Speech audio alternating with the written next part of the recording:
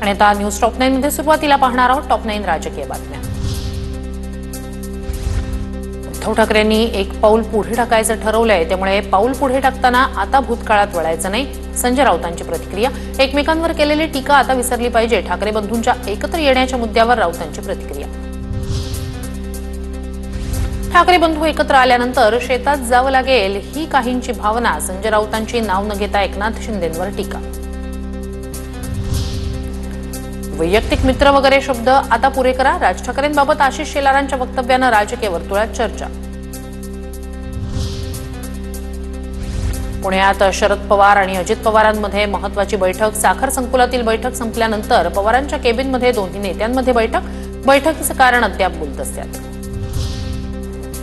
शरद पवार अजित पवार एकत्रच, पण आम्हाला कधी पाहिलेत का कुणाला भेटताना बोलताना आमचं प्रेम आणि कडवटपणा तितकाच टोकाचा असतो, त्यात भेसळ नसे। शरद पवार अजित पवारांच्या भेटीवर राऊतांची प्रतिक्रिया। मुंबईतील विविध प्रश्नांसंदर्भात ठाकरेंच्या शिवसेना आमदार खासदारांची दुपारी 3 वाजता बैठक। आदित्य ठाकरेंच्या उपस्थितीत बैठकीचं आयोजन। मनपा निवडणुकीच्या पार्श्वभूमीवर पुढील रणनीती ठरवणार।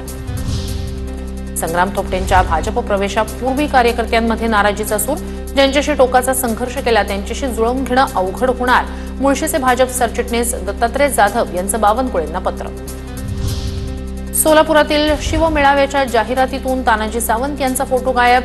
शिवसेना संपर्क प्रमुख शिवाजी सावंत यांच्याकडून शिवमेळाव्याचं आयोजन। विधानसभेवेळी सावंत बंधूंमध्ये फूट पडल्याची चर्चा। सावंतांचा फोटो वगळल्यानं चर्चेला उधाण। महाराष्ट्र विधानसभा निवडणुकीचा उल्लेख करत राहुल गांधींची टीका। मतदानाची वेळ संपल्यानंतर 65 लाख मतदारांनी मतदान केलं असं घडणं अशक्य। अमेरिकेतील बोस्टनमध्ये बोलताना राहुल गांधींची जोरदार टीका।